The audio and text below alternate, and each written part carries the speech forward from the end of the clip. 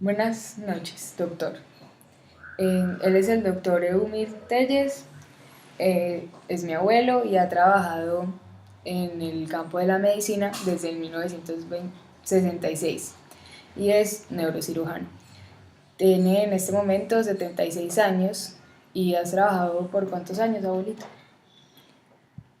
Por la moderada suma de 47 años en especialidad. ¿Qué te hizo querer ser médico? Pues realmente mi padre era entrenado en homeopatía.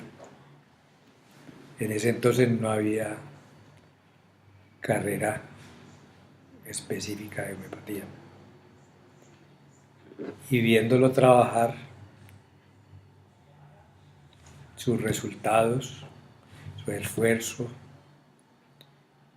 su deseo de hacer el bien a los demás, eso me orientó mucho. ¿Por qué te especializaste en la neurocirugía? Realmente yo iba a ser cirujano general, pero algún día el residente de último año de neurocirugía me entrevistó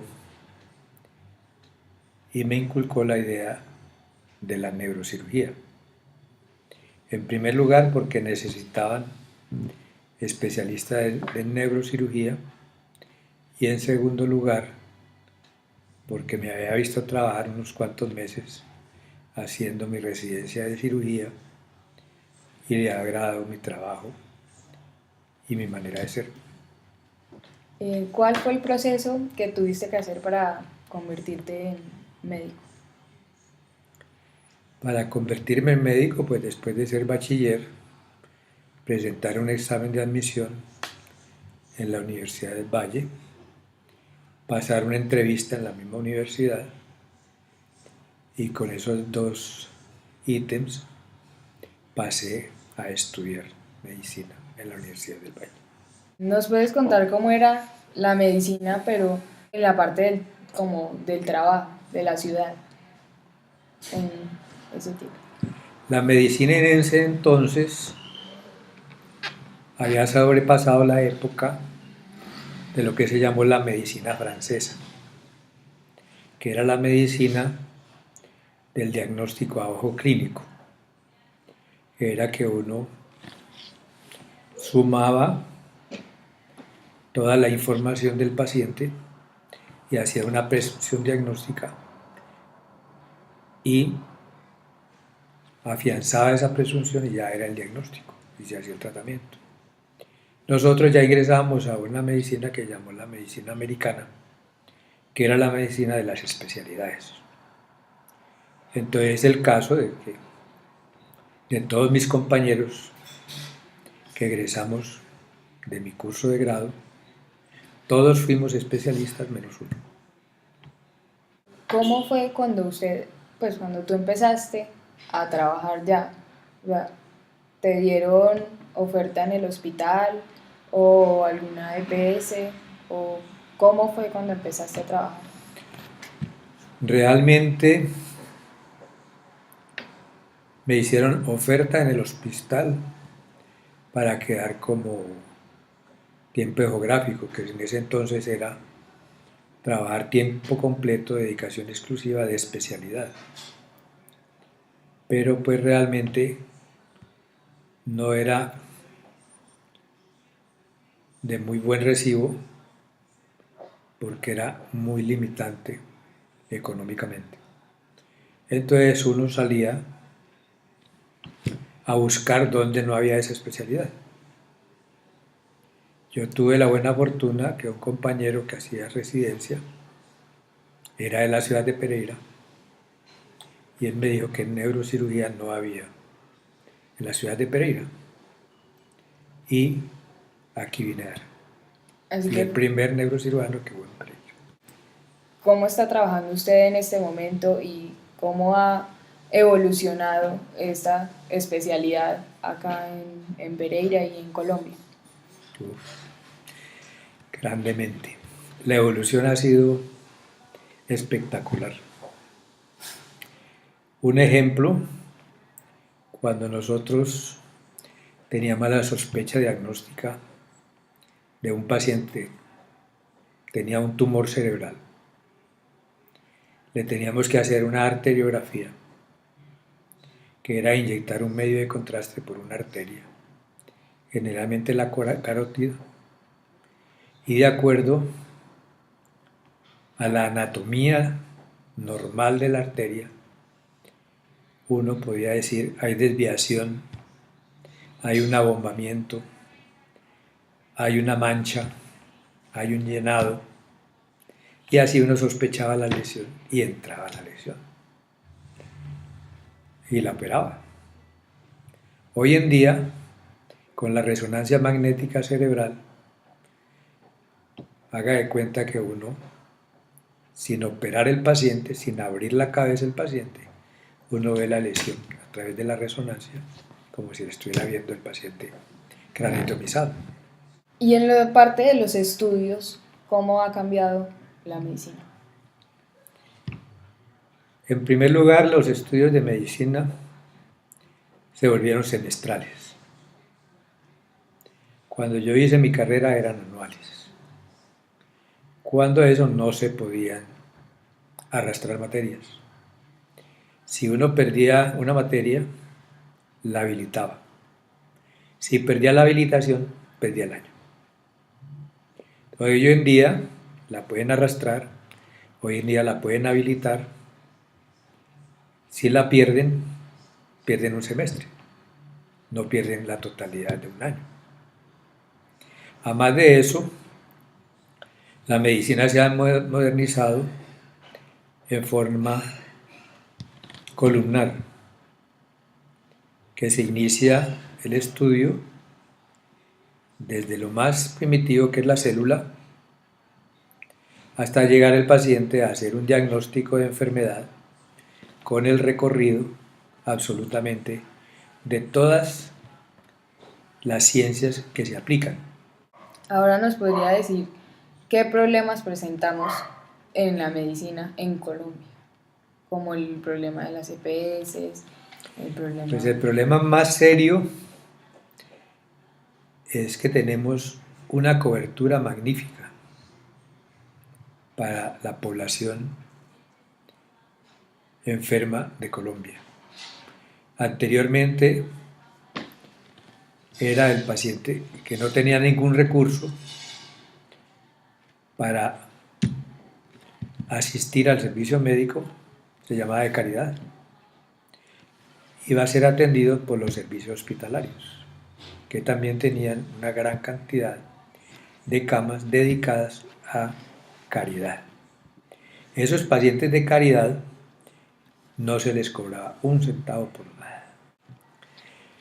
Entonces, si ese paciente con el tiempo se le comenzó a cobrar un servicio, ese servicio a la persona se les daba la oportunidad de pagarlo por cuotas y era supremamente económico.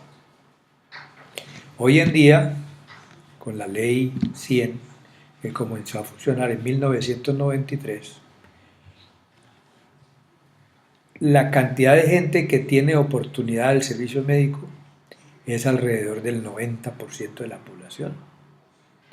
Pero es una ley que desgraciadamente no fue reglamentada en forma adecuada.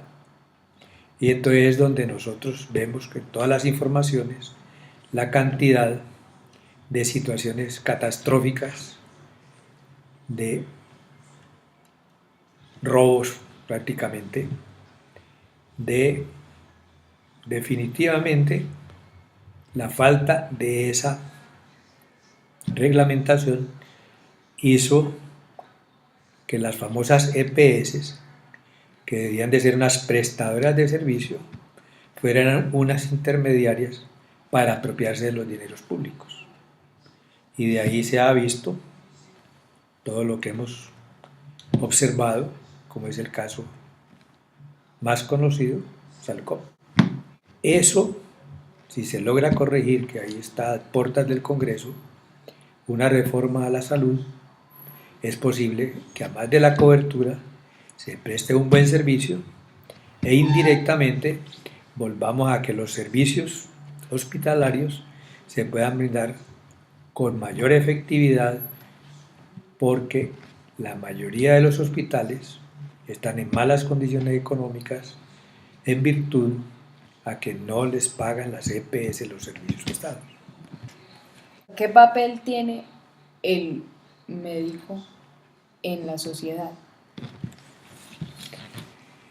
Pues en la sociedad también ha cambiado.